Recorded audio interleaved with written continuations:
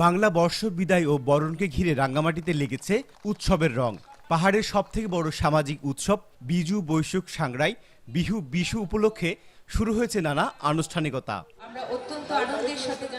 উৎসবের অংশ হিসেবে বৃহস্পতিবার বিকেলে ক্ষুদ্র নিগোষ্ঠী ইনস্টিটিউট প্রাঙ্গণের সূচনা হয়েছে 7 দিনব্যাপী মেলার, যেখানে বাহারি রঙের ঐতিহ্যবাহী পোশাকে উপস্থিত হয় পাহাড়ের বিভিন্ন ভাষাভাষী মানুষ। বাদ যায়নি বাঙালিরাও, যাতে পরিণত হয় এক সম্প্রীতির মিলন মেলায়।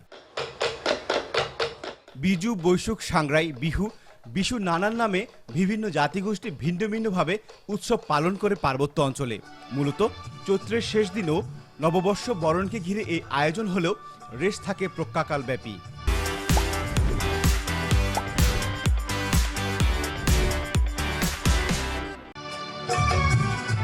মেলার স্টলগুলোতে শোভা পাচ্ছে পাহাড়িদের ঐতিহ্যবাহী পোশাক ও গহনা। প্রতিটি স্টলই উপচে পড়া ভিড়। নিজেদের সংস্কৃতিকে টিকিয়ে রাখতে এমন আয়োজনে উচ্ছ্বসিত পাহাড়ের মানুষ। এতে বেচাকেনাও ভালো হচ্ছে বলে জানালেন বিক্রেতারা।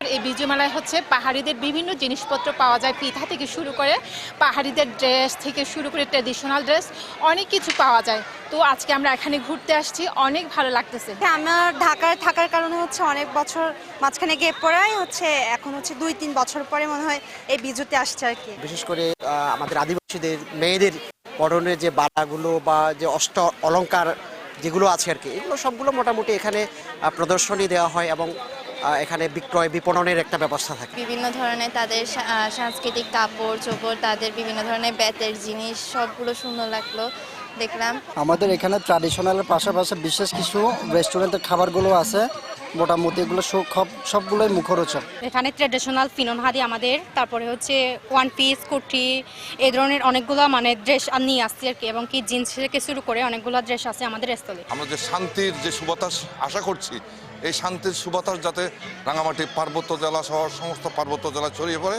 এই আশাবাদ ব্যক্ত করছি।